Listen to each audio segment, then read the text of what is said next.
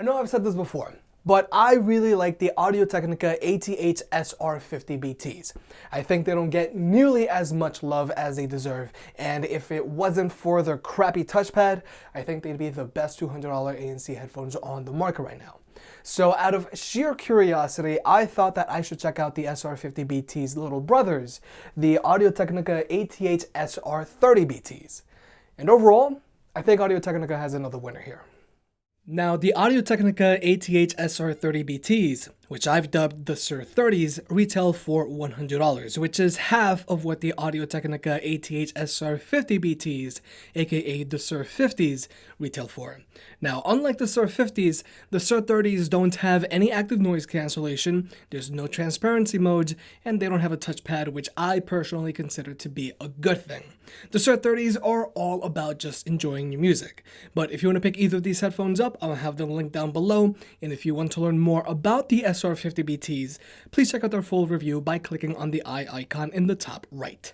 As always, first we're going to talk about what comes in the box, and unfortunately, there isn't a lot to talk about. Obviously, you get the headphones, which can be both collapsed or laid down flat, and they're very lightweight, weighing in at just 193 grams. Now, even though these headphones are very lightweight and just cost $100, their build quality is actually very impressive relative to their price.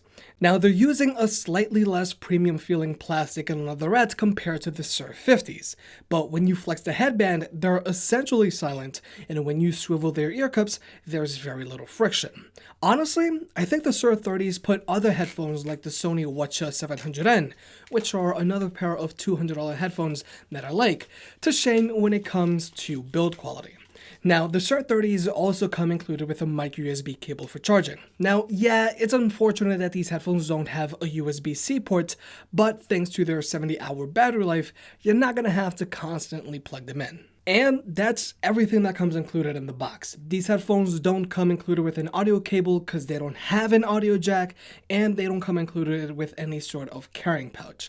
But if you do plan on constantly commuting with these headphones, then I highly advise you invest in a hard shell carrying case. But I want to take a moment to expand on not having an audio jack on these headphones.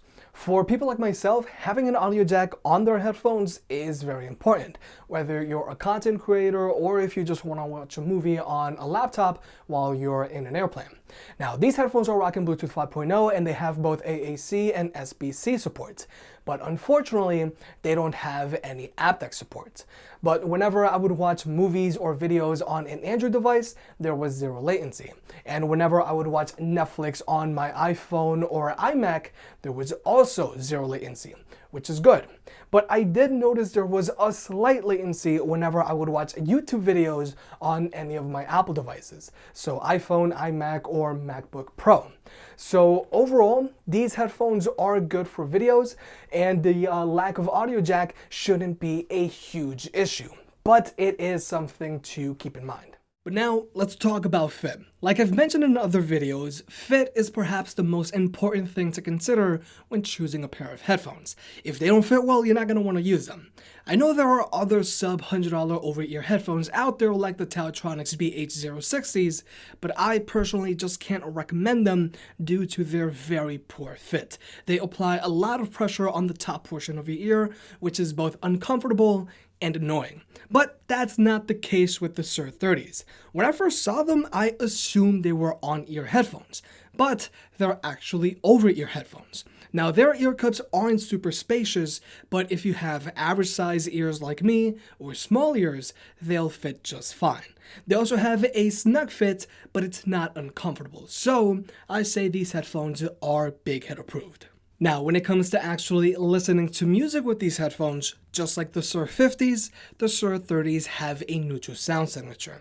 But the instrument separation and soundstage on the SR30s aren't as good or as wide as their older brother, the SR50s. So yes, the SR50s do sound noticeably better than the SR30s.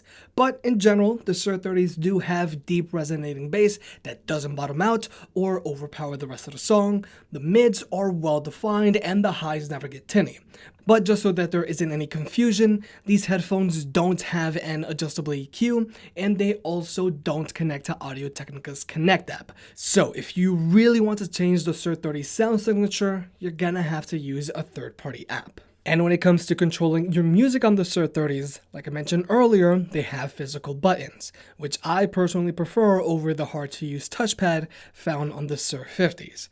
Obviously, with these buttons, you can adjust the volume, play or pause your music, or skip through it. And thanks to their layout, these buttons are very easy to find and tell apart. My only gripe with them is that they can feel a little mushy, but they still technically click. And finally, here's the microphone test. And unfortunately, just like a lot of other headphones out there, the microphone on these headphones isn't the best for phone calls. But this audio clip is being recorded by the microphones found on the Audio-Technica ATH-SR30BT, so you can be the judge of that. But overall, I am a fan of the Audio-Technica ATH-SR30BTs. I think they're a great pair of $100 headphones that get everything they need to get right.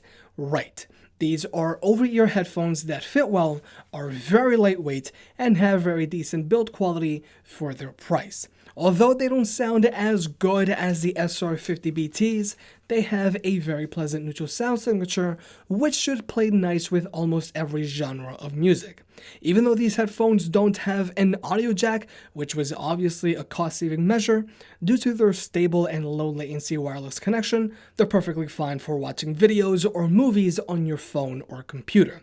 For $100, I'd feel comfortable picking them up, but if they go on sale, then I would definitely recommend jumping on them. If you made it this far, I guess you enjoyed the video, so hit that like button and get subscribed. It helps out more than you realize. If you want to pick any of the products up mentioned in this video, those will be linked in the description down below, and you can also support the channel by checking out the merch store. But other than that, I'll catch you next time.